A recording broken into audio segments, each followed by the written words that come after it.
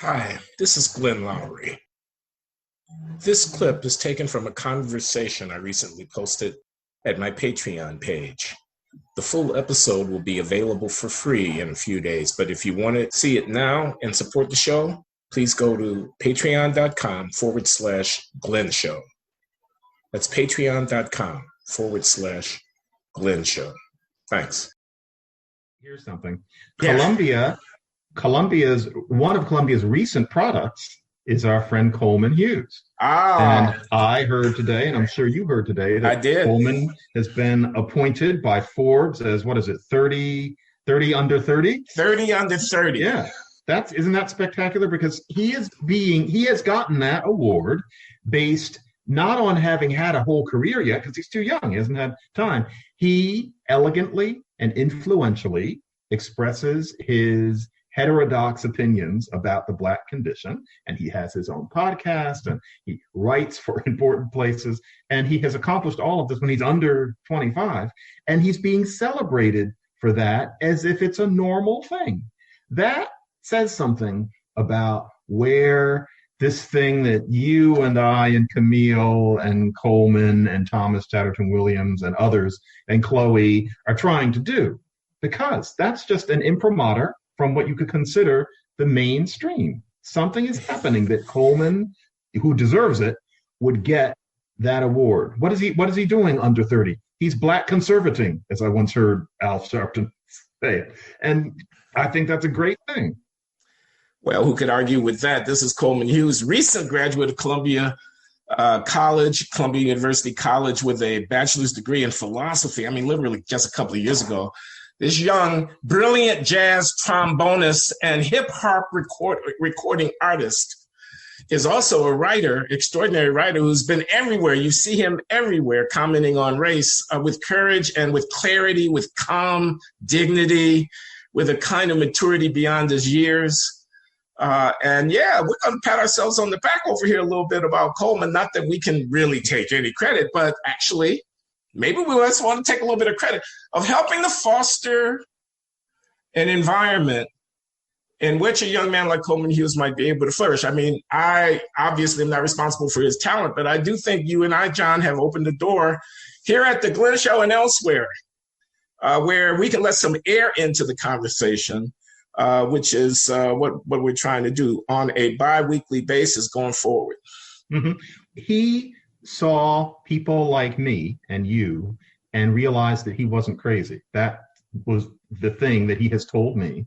And I'm glad, because that's exactly why I started doing this. I thought, I can tell there's so many other Black people who think like this, who feel like they're not supposed to say so. I want younger ones to see what I'm doing. And for a long time, I thought it wasn't going to happen. And then Coleman and Camille is also, depending on where you put his age, in that group. And as you know, I got that from you and Shelby Steele.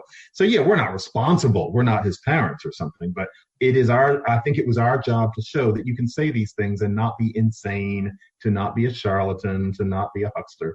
And so, yeah, we have helped pass it on, but I don't want to say I'm proud of him, as if we created him, but I am very happy for him, and I'm happy that it happened. It really is a sign that there's some sanity out there. Agreed. I am proud of him, actually. I know his dad, Dwayne Hughes, separately. So you met him. Yeah. Dwayne was involved in some kind of third way political initiative to try to let some air into the national conversation about politics from the president on down. And I connected with him, went to an event down there in Manhattan in New York City, where David Brooks was the featured speaker. They're trying to do a third way thing. David Brooks would be the featured speaker. I'm not all that enthusiastic about that, but I am enthusiastic about Dwayne Hughes, who's a merchant banker and executive at one of the financial companies, and is the proud father of Coleman Hughes. But anyway, yeah, how much credit do we take? We take the slings and arrows of outrageous fortune when the stuff blows up in their face and they start calling people racist. We're on the butt end of that. Why shouldn't we be able to take some credit for some of the good stuff that's happening in this world? Like Coleman Hughes, by the global financial journalism giant Forbes, being picked as one of the 30 people on the planet under 30 years old who are having a big impact. That's all right. I like it when I see the wider society just acknowledging that we might have a valid view.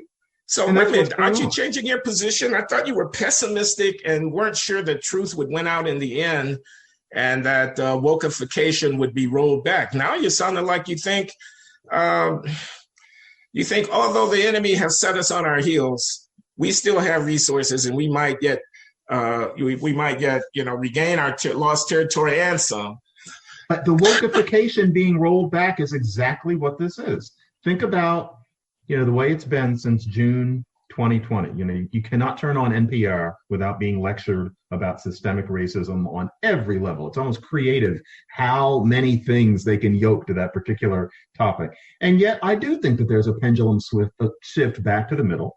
And I think part of it is something like that kind of attention being paid to Coleman. And here, not Le Monde, that's another place. But for something like that to happen here, and maybe it's the beginning of that kind of shift. So yeah, it's interesting. For me, it's Isaac Bailey one night and then Coleman's award the next day. Okay, here's a test, and I hate to do this to Coleman. When the McWhorter Prize falls on his head, which it ought to do, I'll believe you. Okay, I shouldn't do this. I apologize, Coleman, I really do. But we're social scientists here, and we're talking about how the society is actually working. We're talking about distinction, the old Pierre Bourdieu, that book, Distinction. I mean, I love it. Anyway, that's a sociologist. We were talking about sociology the other day, Pierre Bourdieu. But how you create distinction, how the social wheels churn so as to create the persona of a person, an honorific, elevated, a distinctive thing. And we'll see. We'll see. Yeah, I have no glib answer. I mean, let's say that things keep going. Coleman is going to watch this, so you're talking about him. Yeah, we apologize in advance, genius. Yeah. Genius. Have you heard him play the trombone? Have you heard him play the trombone? I've never heard him play, but he's, excellent at it, I've heard, and he's probably a musical genius. Imagine if one of the books that he writes is part memoir, which would be interesting, and part his philosophy. And so he writes something like that. In other words, suppose he writes his version of how to be an anti-racist. And suppose it's really... Or his version of Ta-Nehisi Coates' book. Yeah, right. I can't even remember the name of the book now. Between the World and Me. Yeah. And suppose it's really excellent. And the question is, would the powers that be that we're talking about be able to anoint him the way they anointed people like Coates? And that was what I was saying. I'm inclined to say no. But then again, you have to admit that even if history changes slowly, history does happen. Here's what you don't want, John. Excuse me. Here's what you don't want him trimming his sails in anticipation of trying to influence the jury on a matter such as this. You don't want him becoming the person who they think deserves such an honor. I don't think he'd do that, though. No, neither do I. But I just thought I should say that explicitly. He would be being himself. I would love to see that happen. That would be splendid. This, by the way, is more about the Pulitzer Committee. It's more about the National Book Award Committee. It's more about the McWhorter Prize Fellowship Committee than it is about anybody like Coleman Hughes. The thing that we're talking about right now, because there's not any question about him. Mm-hmm. Okay? The question is about them. What do they value? What do they think worthy of being held up? They only embarrass themselves when they do some of the stuff that they've done. They don't hurt me. They only reveal themselves to be, an inch deep, not very socially responsible, faddish and jumping on bandwagons, unthoughtful, unimaginative, stuck in the rut of a stale way of thinking. That's all they do. They show themselves to be conventional.